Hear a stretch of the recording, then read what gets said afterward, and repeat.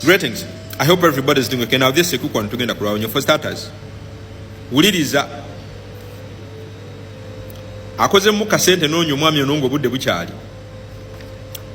Asigamba gwe ninawe nzimbye. Sigamba gwe ina ka business e Kampala. Ngamba gwe nzikoze ziweze.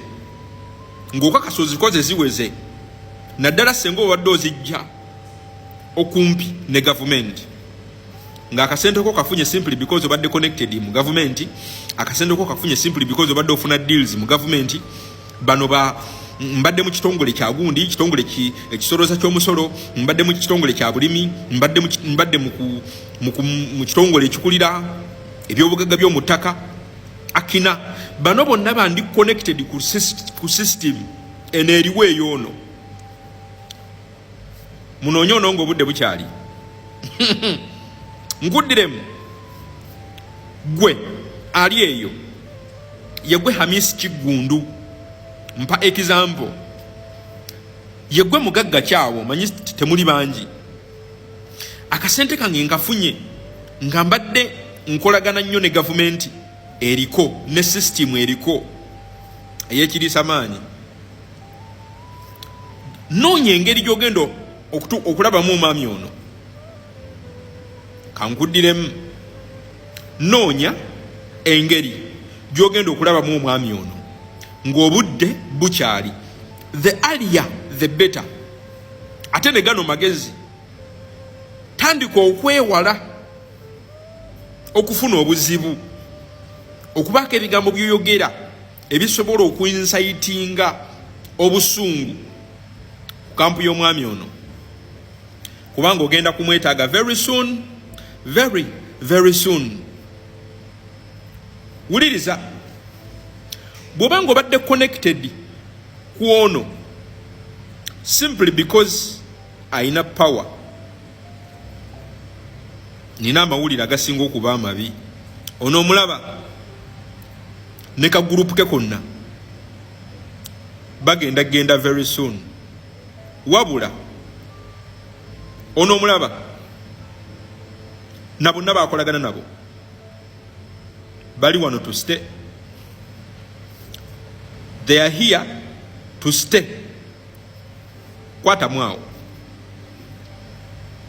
Kati kino kyekigendo singo kumalamu amaanyi. Mu bbanga eritali lyawala kaligimuko ono kagenda kugwa ekigo. Wabula ndi wano kulabula toteeka amajigo gonna mu kisero kyono.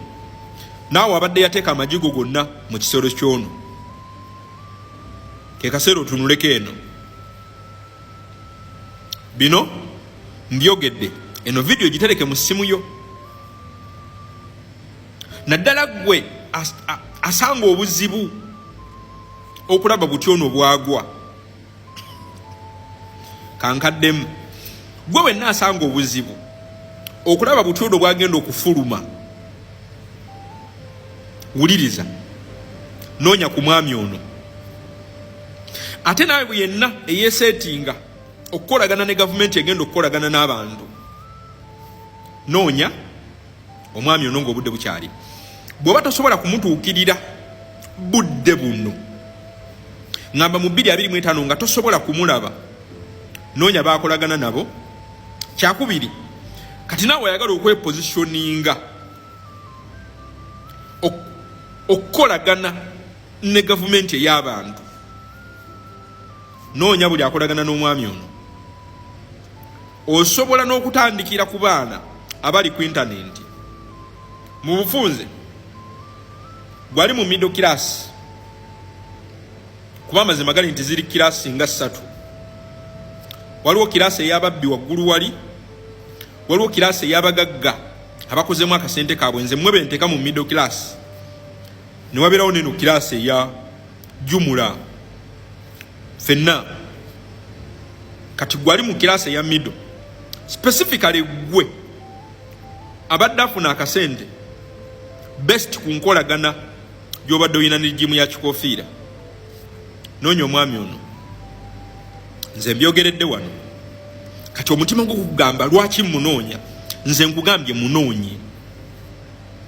akasuwa kono bakayita maanyi kekukakasigaza ono omulaba talina kasuwa ayina emisuwa ayina influence ayina ne power ng'agenda kwongerawo ka power kono bigenda kwalubiriza okutegeera naye kambigonzemu bwe nti teri dikiteeta agwa nga tatuuse ku state y'ono okwali olunaku olwaleero lwa nsonga ono kyayina olunaku olwaleero abalinga ono kye basooka nakyo they misuse it over time ne batuuka ku extent nga basigaza ekika ky'amaanyi kimu kye bayita coercive powers. Ono omulaba yayina ku kika ky'amaanyi ono kyayina referent power olunaku olwaleero ayina coercive powers. Ate omuntu yenna bw'atuuka mu coercive okutandika okukozesa ekika kye bayita coercive power zibeera nnaku zisemba kati oyinza okuba tonnasoma science bulungi naye kati beera student omulungi ojje ku video yenkya kubanga ngenda kuwa ensonga lwaki oyina otandika okukwata amajiigo g'obadde otadde wano agamu oga reserving kubanga agenda okugaaluza wuno wano. Eno video strictly yaba middle class men bano batuli basuubuzi banene mu ggwanga mwabawaniridde akasolo k'eggwanga. This video is strictly for you. Tandika ku identifying ani ayina influence ani ayina power. Tandika okunoonyereza n'ayina power gugotwala nti ayina power kikaaki era tandika okureadinga signs olabe bwe zitandise okukyuka. There is a shift. Waliwo shift and is boiling very soon. Gwekwati bigambo byange wulirizaamu ono kwayimiridde kyekisinga okuba ekinafu. Omukulembeze yonna atuuka ku level y'ono abeera munafu. A leader nga talina influence nga alina ekintu kimu maanyi ye mukulembeze akyasinza okubeera omunafu. Ono kwonna kwe yeekutte ekisubi kye kitandise okutuka emirandira in and out. Ate nekisinga okwennyamiza nti from within ate bo bakimanyi ono ye option. Kati gw'oli awo wekukutiriza ku gavumenti tokimanyi nti enkolaganayo n'omwami ono yanditandise okutereera kati omubbi gw'abadde abba mu gavumenti bino tebikwatako. Bw'oba omanyi nti sente si zizo nga si gwazikoze nga simply gw'obadde banzibe mu gavumenti bino tebikwatako kubanga gw'ogenda mu kkomera tewali kubuuza. There is no question about that.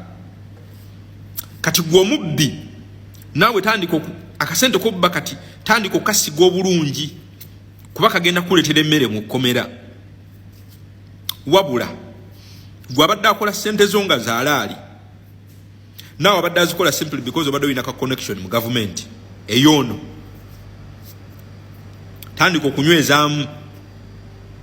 Hamisi abagwa mu kategole yo Hamisi simanyi oba zizo naye nze ngambye amugagga yenna nga gwa mu kategole eyo. Noonya omwami ono ng'obudde bukyali nkugambye kino ekiyumba kigenda kugwa from within and from the outside.